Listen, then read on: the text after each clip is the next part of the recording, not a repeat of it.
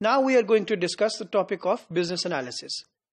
जिस तरीके से किसी भी बिजनेस के अंदर एनालिसिस की जो नीड है दैट इज वेरी इंपॉर्टेंट, इसी तरीके से रिटेल के अंदर भी जो बिजनेस एनालिसिस है उसका बहुत की रोल है। आज हम ये डिस्कस करेंगे कि एक रिटेलर कौन कौन से बिजनेस एनालिसिस करता है और कैसे करता है, हम उनको डिटेल से डिस्कस करेंगे वन बाय वन। तो सबसे पहले हमारे पास लिस्ट में कौन कौन से एनालिसिस मौजूद हैं, अगर आप देखिए स्क्रीन के ऊपर, तो हम डिस्कस करेंगे आज के दिन में सेल्स के हवाले से एनालिसिस, किस तरीके से एक रिटेलर सेल्स की कैलकुलेशन करता है या उससे रिलेटेड इनपुट्स की कैलकुलेशन करता है। हम डिस्कस करेंगे अबाउट मार्जिन्स, जिसके अंदर हम बात कर रहे हैं मार्जिन्स फ्रंट भी और बैक मार्जिन भी। टोटल इनकम के बारे में कुछ डिस्कशन करेंगे। इसी तरीके से हमारे पास जो नेक्स्ट पॉइंट होगा वो रिलेटेड है एम्प्लॉई प्रोडक्टिविटी के हवाले से।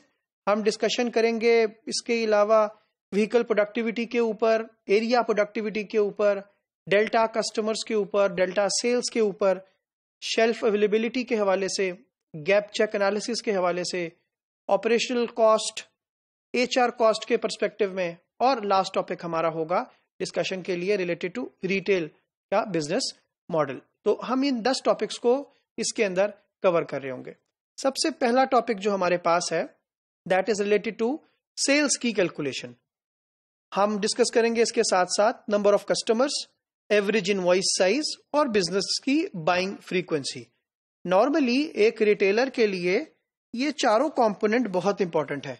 मैं इसको कंपोनेंट 1 कह रहा हूं which is sales, number of customers को कंपोनेंट 2, एवरेज इनवॉइस साइज को कंपोनेंट 3 और बाइंग फ्रीक्वेंसी को कंपोनेंट 4।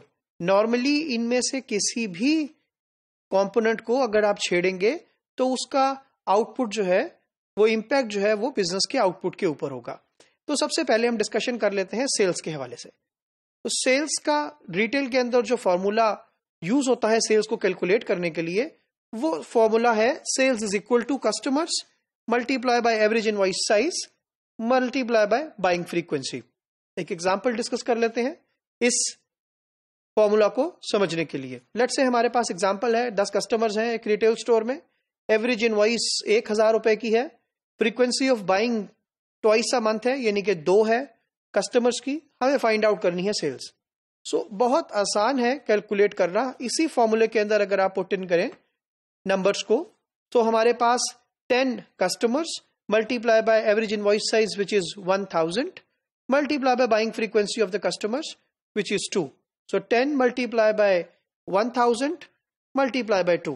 हमारे पास जो आउटकम आएगा that outcome is the sales outcome. Normally एक रिटेलर क्या करता है, अगर इनमें से किसी भी फैक्टर को which is let's say वो आइडेंटिफाई करना चाहता है कि मैं सेल्स को कैसे इंक्रीज करूं, तो वो या तो इंक्रीज करेगा बाइंग फ्रीक्वेंसी को, या वो इंक्रीज करेगा अपनी एवरेज इनवॉइस साइज को, या वो इंक्रीज करेगा अपने नंबर ऑफ कस्टमर्स को। तो इन तीनों चीजों में से कोई एक फैक्टर, कोई 2 या कोई 3 जब भी इंक्रीज होंगे उसका सेल्स रेवेन्यू ऑटोमेटिकली इंक्रीज होगा। और अगर इन तीनों कंपोनेंट्स में से कोई कंपोनेंट डिक्रीज हो रहा होगा तो अल्टीमेटली उसकी सेल्स भी रिड्यूस हो रही होंगी। हम दूसरी एग्जांपल की बात करते हैं। यहां पर आपको कैलकुलेट करने के लिए कहा गया है number of customers. So formula remains the same. जिस तरीके से हमने सेल्स की कैलकुलेशन का फॉर्मूला डिस्कस किया, इसी तरीके से इसी फॉर्मूले के अंदर हम कस्टमर्स भी फाइंड आउट कर सकते हैं। लेट्स से एक रिटेलर है, उसको सेल्स का आइडिया है, उस सेल्स को अचीव करने के लिए उसको कितने नंबर ऑफ कस्टमर्स रिक्वायर्ड है ये वो फाइंड करना चाह रहा है। तो उसके पास लेट्स से ही wanted to achieve sales of 20,000, average invoice उसके बिजनेस की 1000 है, बाइंग फ्रीक्वेंसी ऑफ कस्टमर जो है दैट इज 2। अब वो फाइंड करना चाह रहा है कस्टमर्स। अगेन ऊपर वाले फॉर्मूले के अंदर, इसी फॉर्मूले के अंदर हम इन नंबर्स को पुट इन करते हैं तो आउटकम आपके पास नजर आता है विच इज 10 कस्टमर्स। और ये 10 कस्टमर्स कैसे आए आपके सामने, you can easily, simple mathematical calculation है। तो इस सेल्स को अचीव करने के लिए उसको ये कस्टमर्स रिक्वायर्ड हैं, इतने नंबर ऑफ कस्टमर्स होंगे तो ये सेल्स जो है अचीव होगी। इसी तरीके से हम तीसरी एग्जांपल और इस टॉपिक की आखिरी एग्जांपल की बात करते हैं।